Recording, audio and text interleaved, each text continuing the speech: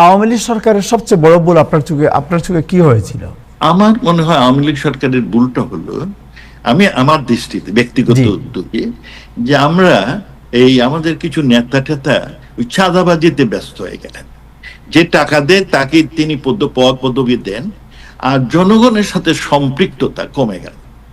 আমার সরকার সরকারি কর্মচারীর উপর খুব বেশি নির্ভরশীল হয়, ওরা যা বলে তাই।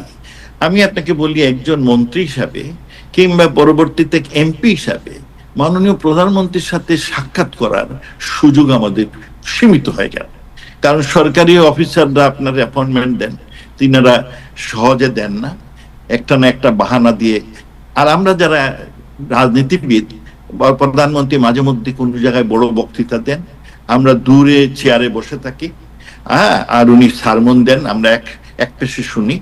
তারপরে যখন উনি বক্তৃতা শেষ করেন, তখন আমাদের রাজনীতিবিদরা ওনার সাথে কথা বলার জন্য সামনে অগ্রসর হইলেই সেই এসএস এর লোক 25 ফিট দূরে দূর করে সরায় দেয়।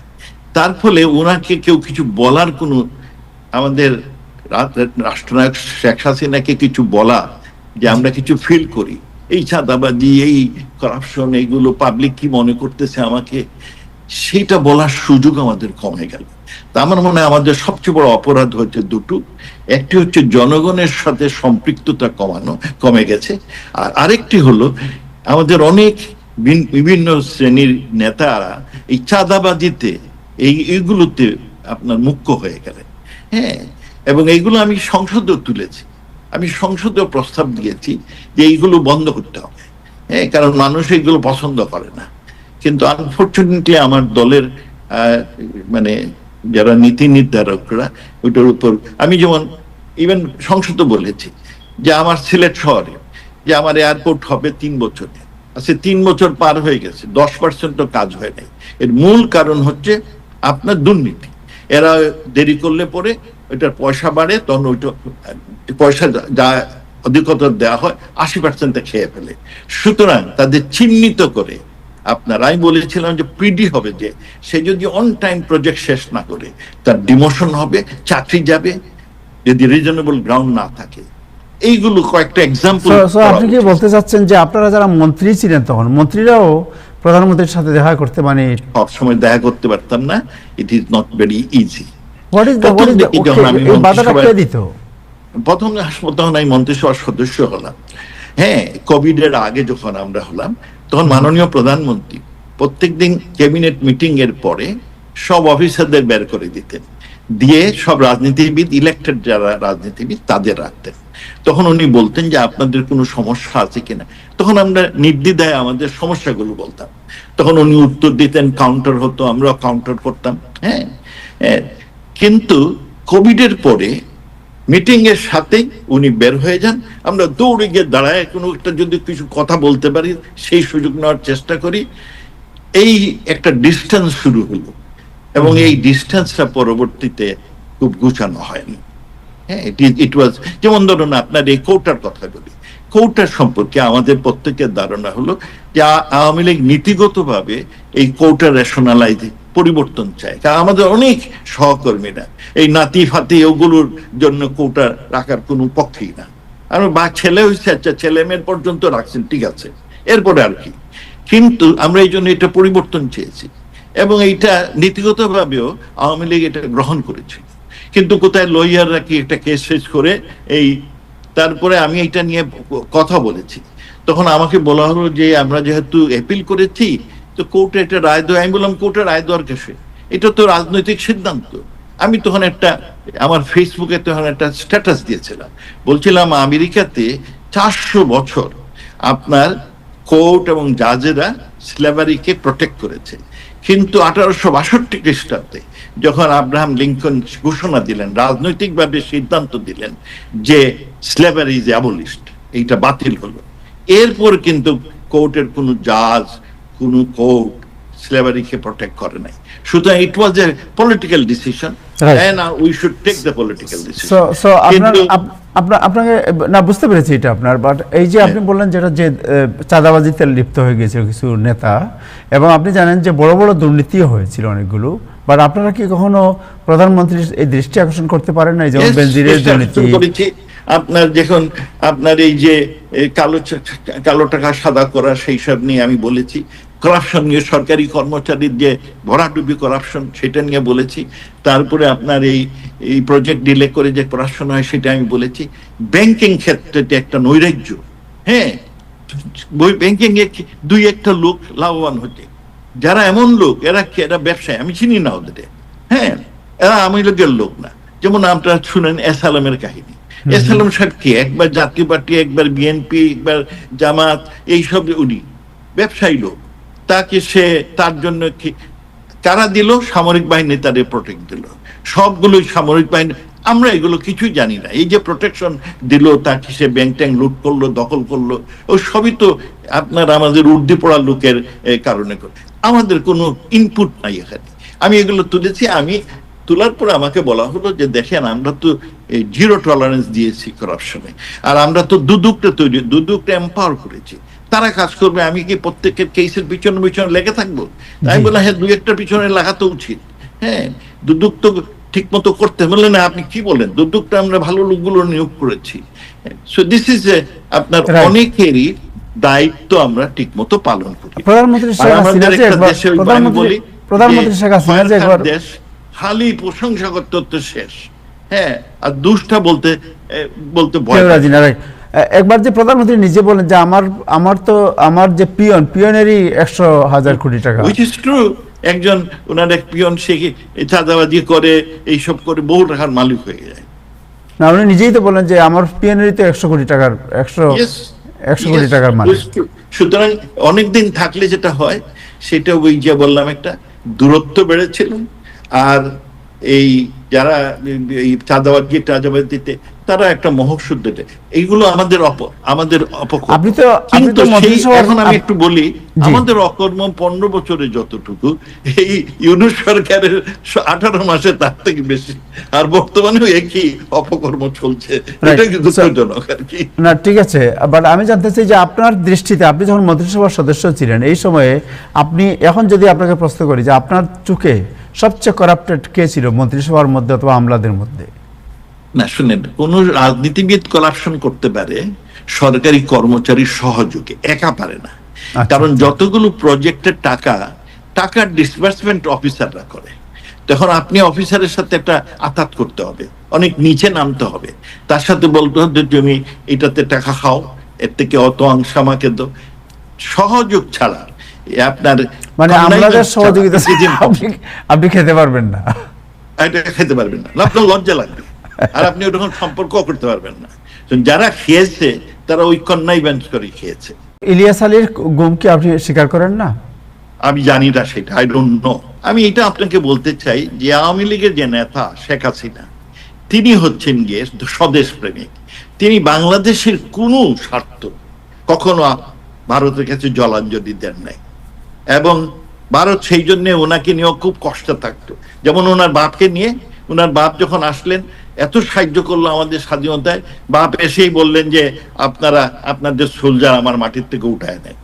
কোনো মহল, কোনো সুশীল সমাজ বিদেশের টাকা খেয়ে আওয়ামী লীগকে ভারতের গোলাম হিসাবে চিহ্নিত করার চেষ্টা করেছে, যে আওয়ামী লীগ সরকার 26 লক্ষ ভারতীয় লোককে চাকরি দিয়েছে, কিন্তু তারা 18 মাসে একটা লোককে খুঁজে পান নাই। যে ভারত যখন আওয়ামী লীগ পাওয়ারে ছিল তখন সবাই মনে করতো এবং গভর্নমেন্টও মনে করতো, এবং আপনি আবার বলেছিলেন যে ভারতকে আমরা বলবো এইভাবে এই জিনিসটা করার জন্য, এবং ভারত এবং আওয়ামী লীগের সাথে যে রিলেশনশিপ প্রাগৈতিহাসিক সম্পর্ক, এবং অনেকে মনে করতো যে ভারতের খুব বড় ইনফ্লুয়েন্স আওয়ামী লীগের উপর রয়েছে, এবং শেখ হাসিনা যখন ক্ষমতাচ্যুত হলেন তাকে ভারতেই আশ্রয় দেওয়া হয়েছে এবং ভারতে বর্তমানে তিনি রয়েছেন। এমন শোনা যাচ্ছে যে ভারতের সাথে বর্তমান সরকার আলাপ করছে যে ওনাকে ফিরিয়ে আনা যায় কিভাবে, এবং ভারত বলছে আমরা দেখছি কিভাবে ফিরানো যায়। আপনি কি মনে করেন যে ভারতের সাথে আওয়ামী লীগের যে রিলেশন, এই রিলেশনে কোনো ধরনের ছেদ পড়েছে বা কোনো শীতল হয়েছে সম্পর্ক, এবং বিএনপি সম্পর্কটা উষ্ণ করেছে? আওয়ামী লীগ এটা ঐতিহাসিক সম্পর্ক, আমাদের স্বাধীনতা সংগ্রামে আওয়ামী লীগ এর নেতৃত্ব দেয়, ভারত আমাদের সহায়তা করে, এবং তাদের সহায়তার ফলে আমরা আমাদের স্বাধীনতা ত্বরান্বিত হয়। আওয়ামী লীগ সবসময়, এবং আওয়ামী লীগ সরকার যতদিন ছিল ভারতের সাথে আলাপ আলোচনার মধ্যে বহু ধরনের সমস্যা আপনার এগুলো দূর করেছে। তবে আওয়ামী লীগ যতগুলো সমস্যা দূর করেছে উভয় দেশের মঙ্গলের জন্য করেছে। তবে কোনো মহল, কোনো সুশীল সমাজ বিদেশের টাকা খেয়ে আওয়ামী লীগকে ভারতের গোলাম হিসাবে চিহ্নিত করার চেষ্টা করেছেন। তারা বলেছেন যে আওয়ামী লীগ সবকিছু দিয়ে দিল ভারতকে, এই ধরনের একটা তারা প্রচারণা প্রপাগান্ডা চালু করেছেন। এবং যেমন ধরুন প্রপাগান্ডা একটা যেমন অংশ হলো যে আওয়ামী লীগ সরকার 26 লক্ষ ভারতীয় লোককে চাকরি দিয়েছে, কিন্তু তারা 18 মাসে একটা লোককে খুঁজে পান নাই। কি আরেকটা প্রপাগান্ডা হলো যে আওয়ামী লীগ কয়েক শত এগ্রিমেন্ট করেছে ভারতের সাথে, সব ভারতের উপকারের জন্য। পরে দেখা গেল যে এগুলো আসলে ঠিক না, এগুলো সবই মিথ্যা এবং প্রপাগান্ডা। এই প্রপাগান্ডার কারণে অনেকের ধারণা যে আওয়ামী লীগ বোধহয় ভারতে। কিন্তু আমি এটা আপনাকে বলতে চাই যে আওয়ামী লীগের যে নেতা শেখ হাসিনা, তিনি হচ্ছেন গিয়ে স্বদেশ প্রেমিক। তিনি বাংলাদেশের কোনো স্বার্থ কখনো ভারতের কাছে জলাঞ্জলি দেন নাই, এবং ভারত সেই জন্য ওনাকে নিয়েও খুব কষ্ট থাকতো। যেমন ওনার বাপকে নিয়ে, ওনার বাপ যখন আসলেন এত সাহায্য করলো আমাদের স্বাধীনতায়, বাপ এসেই বললেন যে আপনাদের সোলজার আমার মাটির থেকে উঠায় নেন, এবং 2 মাসের মধ্যেই তার ভারত বাধ্য হয়ে তাদের সোলজার গুলো উঠায় নিয়ে। এটি যে ঐতিহাসিক। আপনি কি মনে করেন যে শেখ হাসিনা বাপের মতো কোন বাংলাদেশের স্বার্থের ক্ষেত্রে তিনি কোনোদিন কোনো ছাড় দেন নাই, কোনোদিন কোনো ছাড় দেন। বাট ভারত তো শেখ হাসিনাকেই সবসময় আপনার মানে বাংলাদেশের যে কোনো দলের চেয়ে ভারত সবসময় আওয়ামী লীগ, কারণ তারা ওনার গ্রহণযোগ্যতা আছে দেশের মধ্যে, আর উনি যেটা বলেনি সব সাহসিকতার সাথে, সেই জন্য সে বিশ্বাসও করে। আর অন্য দলের প্রতি তাদের বিশ্বাস খুব আপনার ক্ষীণ ছিল। সেই কারণে বর্তমানে কি অবস্থা যায় না, ভারত তো তার স্বার্থ নিয়েই চলবে, তারা তাদের স্বার্থটা আগে দেখে, এবং সব দেশেই নিজের স্বার্থটা আগে দেখে, ব্যক্তি বিশেষ সেইখানে গৌণ হয়। আপনি কি মনে করেন বিএনপির সাথে ভারতের যে বর্তমান রিলেশন, এই তারেক রহমান সাহেব ইন্ডিয়া সফরে যাওয়ার কথা শোনা যাচ্ছে, আপনি কি মনে করেন যে ভারত তার যে পররাষ্ট্র নীতি যেটা ছিল আগে আওয়ামী লীগের সাথে, এটাকে চেঞ্জ করে এখন বিএনপির সাথে একটা সম্পর্ক ওয়ার্ম আপ করার? আমি মনে করি যে ভারত তার নিজের স্বার্থ দেখবে। আর আমি এই যদি বর্তমান বাংলাদেশকে সাধুবাদ জানাই যে তারা বাস্তবতা স্বীকার করেছেন। ভারতের বিরুদ্ধে আগের সরকার, এই ইউনূস সরকার যেভাবে একটা শত্রুতা সৃষ্টি করলো প্রপাগান্ডা করে, এইটা তারা দূরে সরে আসছেন। তারা বাস্তববাদী। This is a good step for আপনার তারেক রহমান সরকার, যে ভারতের সাথে সুসম্পর্ক তৈরি করার জন্য। কতদূর কি অগ্রসর হতে পারবে আমি জানি না, তবে তাদের যে উদ্যোগ সেটাকে আমি সাধুবাদ জানাই। আর ভারত আপনার এই কি করবে না করবে, এটি দেয়ার responsibility, nothing to do with.